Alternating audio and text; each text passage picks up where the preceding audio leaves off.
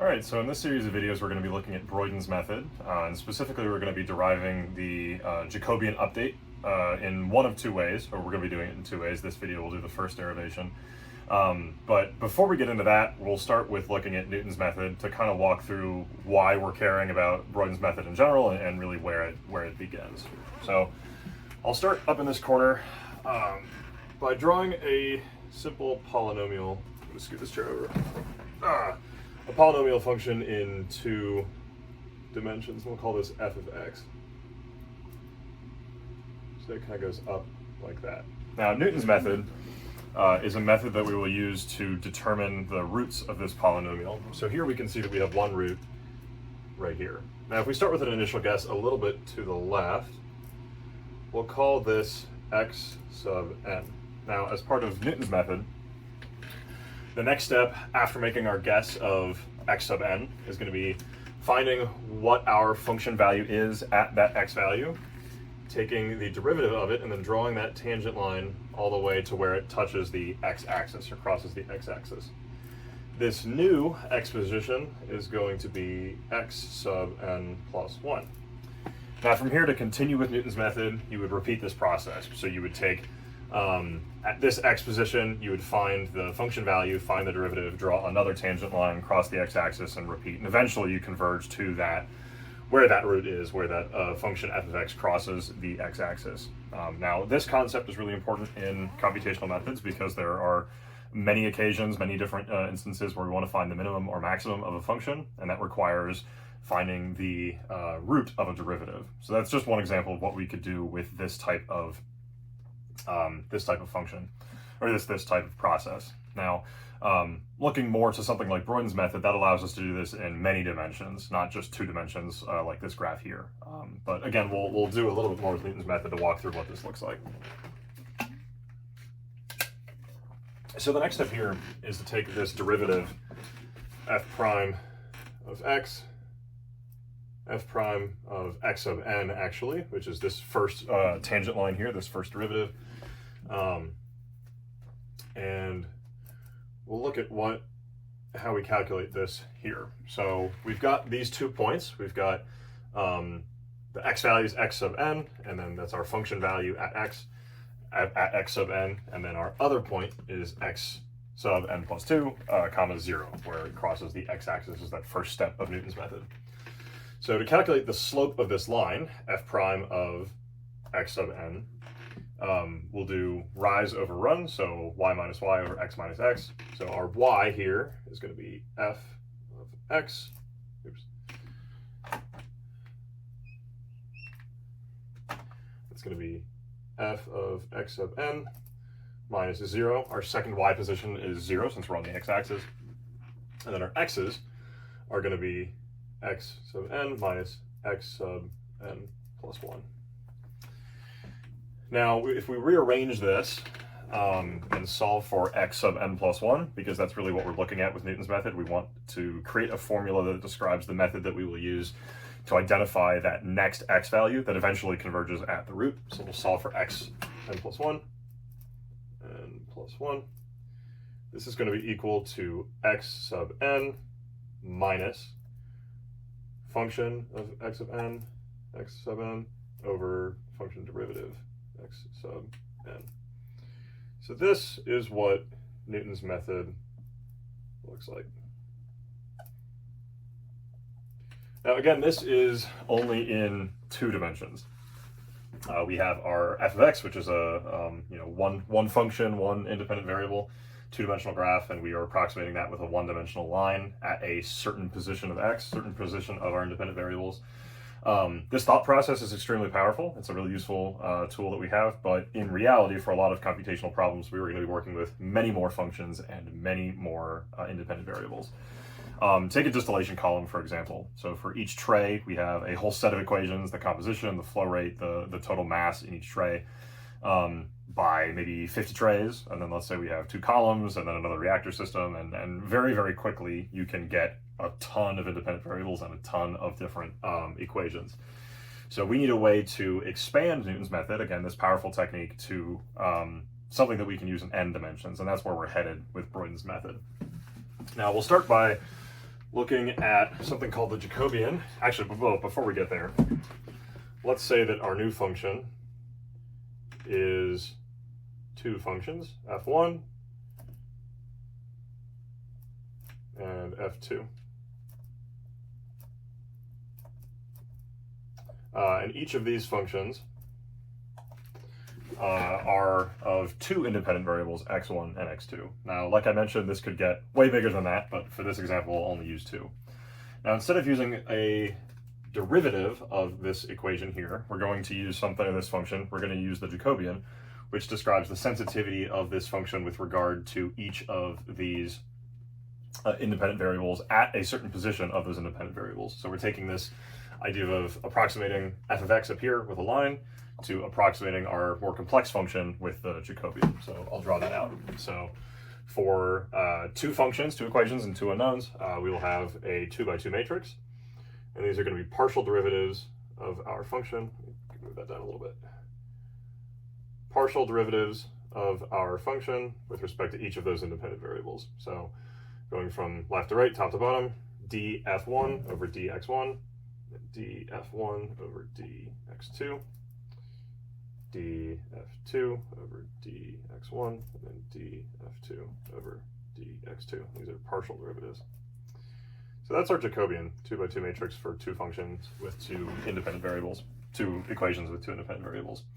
Now, if we multiply that by another column vector, column matrix, of our changes in x, we'll have dx1, dx2. We will get an approximation or equaling changes in our functions. So we'll have another column vector over here, df1, df2, which overall we can describe as just df. So this is kind of the setup for where Broyden's method is going to be taking us. So the way that we kind of model this same sort of formula up here, we can derive that real quick.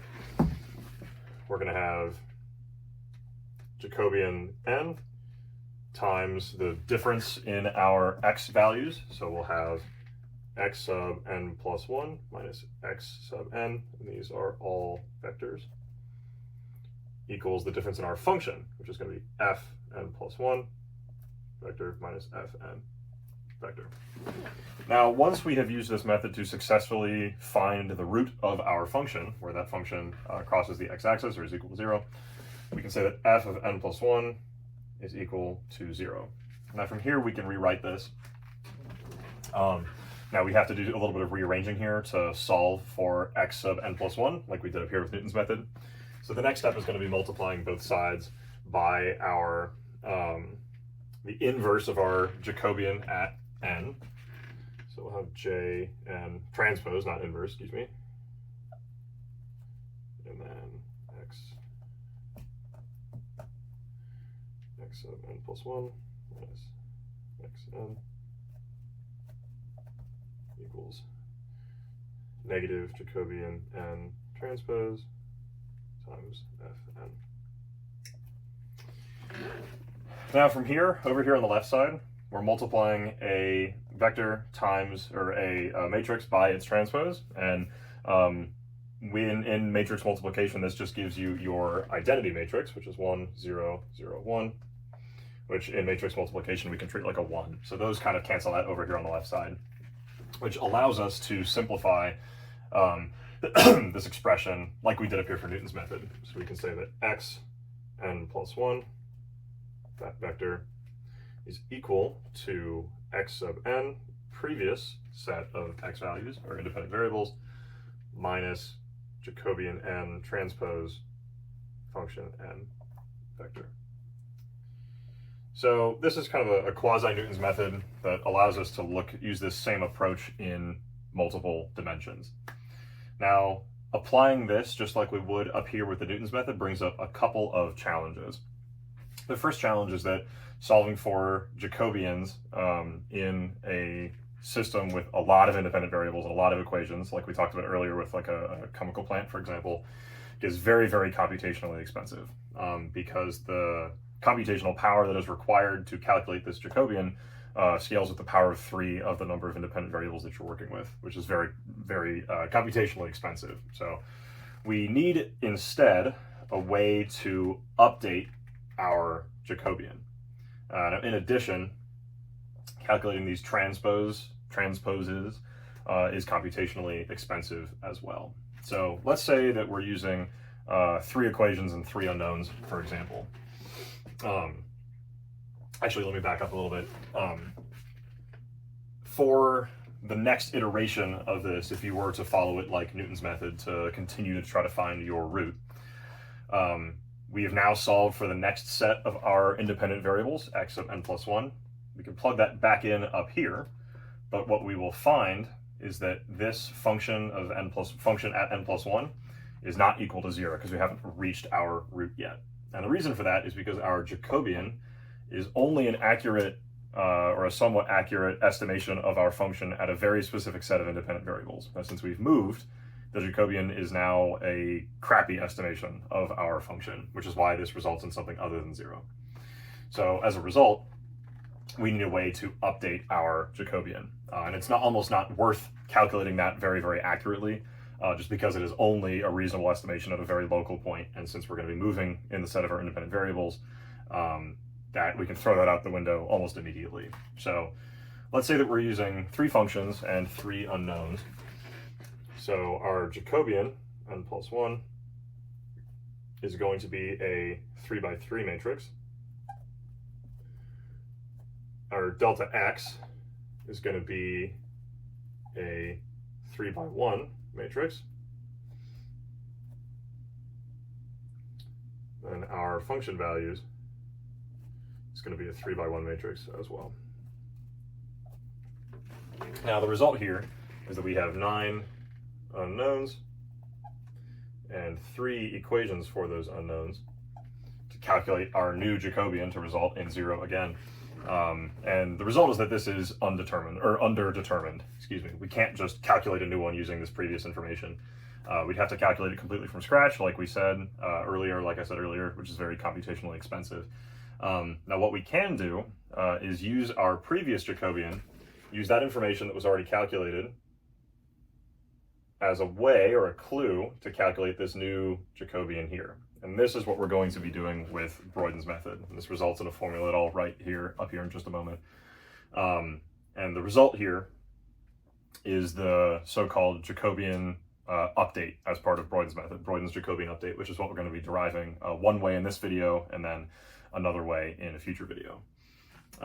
Now, if you go to the Wikipedia page for Broyden's method, I'll give you a formula here for calculating that Jacobian update.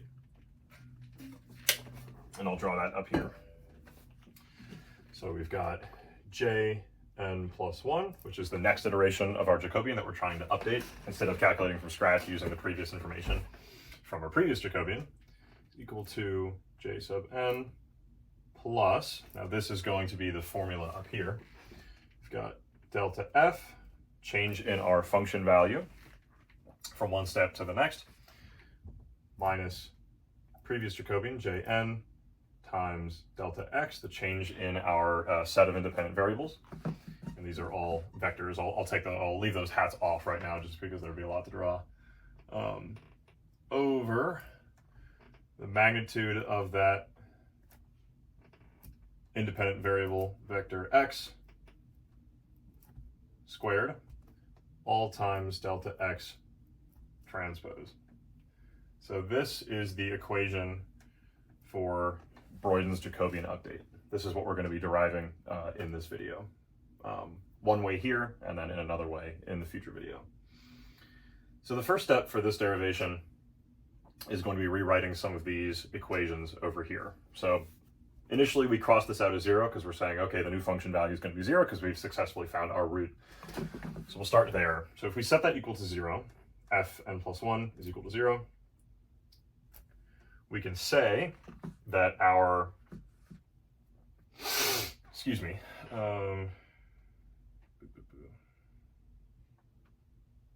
so we can say that 0 is equal to our function f of n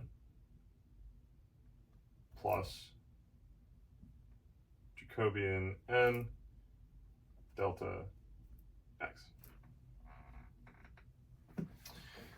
Now, in any other iteration before we reach the root of our function, this is now going to be equal to some other value, f of n plus 1. And we're going to have f of n plus j n, j n plus 1 times delta x. Both of these are true statements, just at different points in our application of Broyden's method. Now, we can now subtract these from each other to find a new equation. So we'll subtract the top from the bottom. So pretend like I flipped those and wrote them in the opposite order. So f of n plus 1 minus 0 is going to be fn plus 1. Our fn is going to cancel here. What we're going to have is the difference in our Jacobian, fjn plus 1 minus jn times delta x. Now, the method that we're going to use for this derivation is the concept that our Jacobian should be the same, or our function should be the same, if we use a set of independent variables that are perpendicular to our original set of independent variables. So to illustrate that, pretend we are hiking, or we're skiing, or we're walking along kind of a curvy surface. If we follow the steepest point down the hill, I'm looking forward to skiing over winter break, so I'll use that as an example. If you're standing on a ski slope and you point your skis to the steepest direction, you're going to be heading down the hill, like directly down the hill. You're going to go fastest in that direction. So we'll say that we're going down the hill, and that is going to be our delta x. That's going to be the steepest descent of our function value, which in this metaphor is going to be the elevation of our ski slope. Now, let's pretend instead that we point our skis perpendicular to that. So perpendicular to the direction down the hill. We can say pretty confidently and pretty intuitively that the difference in our function value, the gradient or the hyperplane in that specific scenario, is going to be 0. We're not going to have a change in that value.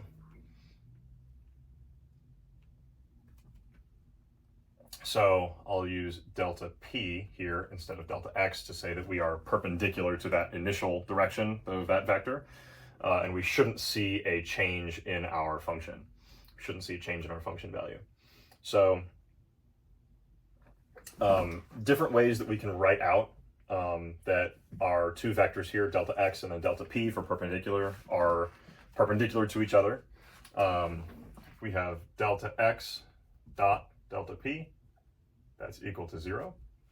If we have delta x transpose times delta p, so flip that vector by 90 degrees, that's equal to 0. And then the inverse is also true, delta p transpose delta x is equal to 0. Those are all different ways that we can say that these vectors are perpendicular to one another. And like I mentioned, we shouldn't see a difference in that function value if we were heading in the perpendicular direction to our delta x. So we can write this statement again.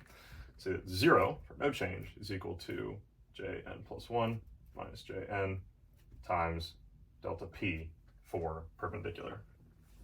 Now from here, we can take a look and see what is the difference between our new Jacobian and our previous Jacobian, which looks pretty similar up here if you move this over to the left side.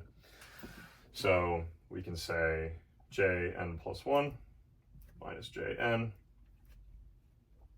is equal to, and then here's where we will apply these rules for the perpendicularness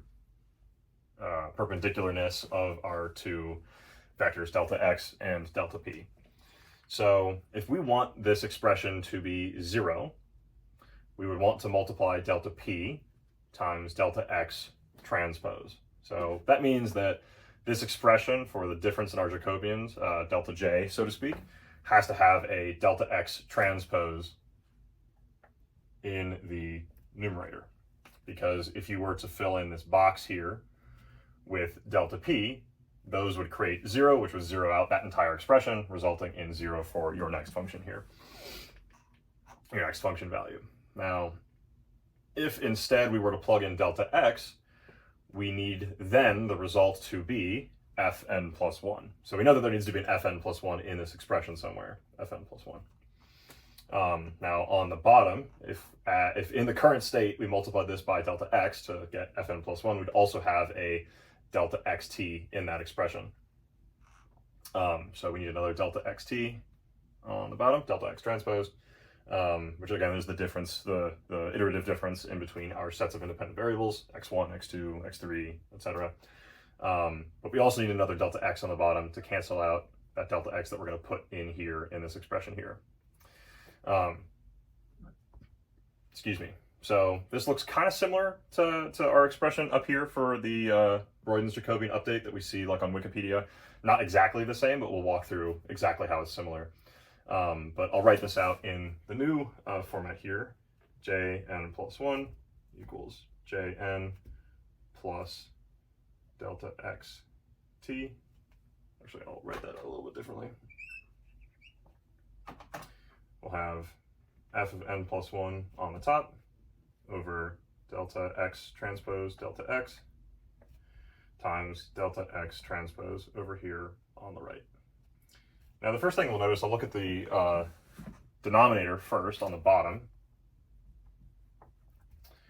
We have delta x transpose over delta x here, and then up here we have square of the magnitude of our vector delta x. And these are actually two different ways of writing the same expression, because if you have the magnitude here, you're going to be multiplying, doing an element-wise multiplication of all of your, of all of your elements of x and then squaring it. This is another way to write that same thing, so we see that similarity there.